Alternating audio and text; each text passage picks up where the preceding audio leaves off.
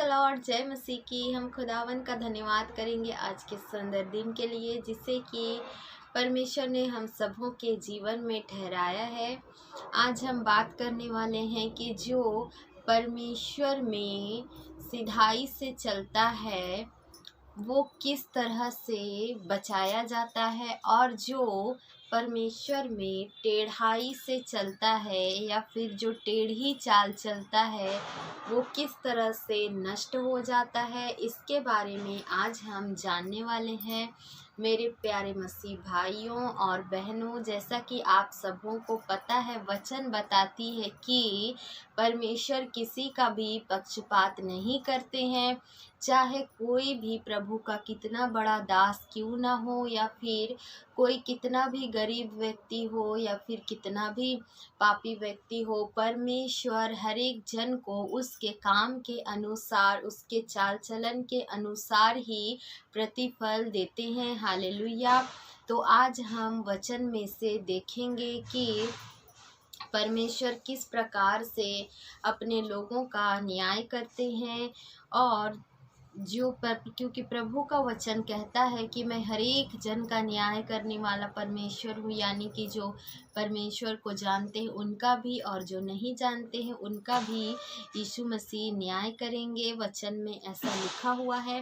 नीति वचन 28 का 18 वचन में कुछ इस प्रकार से लिखा हुआ है, जो सीधाई से चलता है वह बचाया जाता है, परंतु जो टेढ़ी चाल चलता है वह अचानक गिर पड़ेगा।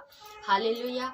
तो यहाँ पे वचन बताती है कि जो सिधाई से यानी ईमानदारी से चलता है, जो प्रभु की दृष्टि में ईमानदार है, तो प्रभु जो है उसे बचाते हैं। और जो कोई भी टेढ़ी चाल चलता है, यहोवा परमेश्वर को जानकर भी वचन के खिलाफ जाके अपनी मनमानी करता है, वह अचानक गिर पड़ेगा। गिर पड़ने का अर्थ यह नहीं होता कि वो किसी ऊपर स्थान से गिर जाएगा, बिल्डिंग से गिर जाएगा या कहीं से गिर जाएगा। मतलब उसकी सारी जो आशीषें हैं वो रुक जाती है, और जो कुछ भी उसके जीवन में बरकत होती है, बरकत मिलने वाली रहती, वो सारी कुछ रुक जाती है। और वो जो है हर एक क्षेत्र में जो है वो असफलता को ही प्राप्त करता है। और ऐसा मनुष्य जो है अपने कर्मों के कारण ही करता है, क्योंकि जो कोई भी अच्छे से अपना काम करता है, ईमानदारी से अपना काम करता है, तो ईमानदारी के साथ ही परमेश्वर भी उसको उसका प्रतिफल देते हैं। और जो कोई भी टेढ़ी चाल चलता है, दुष्टता करता है, किसी के लोगों के दिल को दुखाना, उसे जो है ठेस पहुंचाना, किसी का कुछ नुकसान करना, किसी के साथ धोखाधड़ी करना, या फिर वो कुछ भी हो सकता है, ऐसा कोई भी करता है, तो वो अचानक से क्या होता है, गिर पड़ता है। और एक वचन हम देखेंगे, नीति वचन 29 का 1, यहाँ वचन बताती है, जो बार बार डांटे जाने पर भी हट करता है वह अचानक नष्ट हो जाएगा और उसका कोई भी उपाय काम ना आएगा। हालेलुया। जो दुष्ट लोग होते हैं वो जो है बार बार हम उन्हें क्यों ना कितना भी समझा लें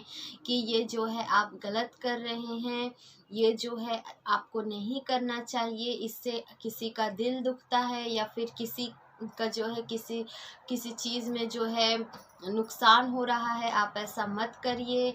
वो कुछ भी हो सकता है, चाहे क्यों ना, है ना। तो फिर अगर हम उसे बार बार समझा रहे हैं, फिर भी अगर वो व्यक्ति नहीं मान रहा है, बार बार हम उसे समझाने की कोशिश कर रहे हैं, लेकिन वो फिर भी नहीं मान रहा, तो वह भी अचानक से क्या हो जाएगा, नष्ट हो जाएगा, और उसका कोई भी उपाय काम ना आएगा। हालेलुया।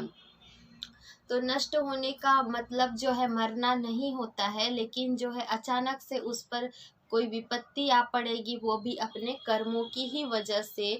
इसीलिए जो है और जो है जब उसके ऊपर कोई विपत्ति आ पड़ेगी, तो वो जो है उसका कोई भी उपाय, फिर वो जो कुछ भी कर रहा होता है, जिससे किसी का दिल दुखता है या फिर किसी का कोई नुकसान हो रहा है, वो कर रहा होता है, वो सारा कुछ भी काम नहीं आता है, क्योंकि वो उल्टा उसी पर ही पलट जाता है। तो जो कोई भी दुष्टता करता है और हम उसे कितना भी समझा लें, अगर वह नहीं मानेगा, अगर वह टेढ़ी चाल ही चल रहा है, तो जो है उसकी जो कुछ भी करनी का फल है वह उसे स्वयं ही भोगना पड़ेगा, ऐसा वचन बताती है। और हमें कुछ भी करने की ज़रूरत नहीं पड़ेगी। हालेलुया। इसलिए जो है वचन बताती है कि परमेश्वर किसी का भी पक्षपात नहीं करते हैं।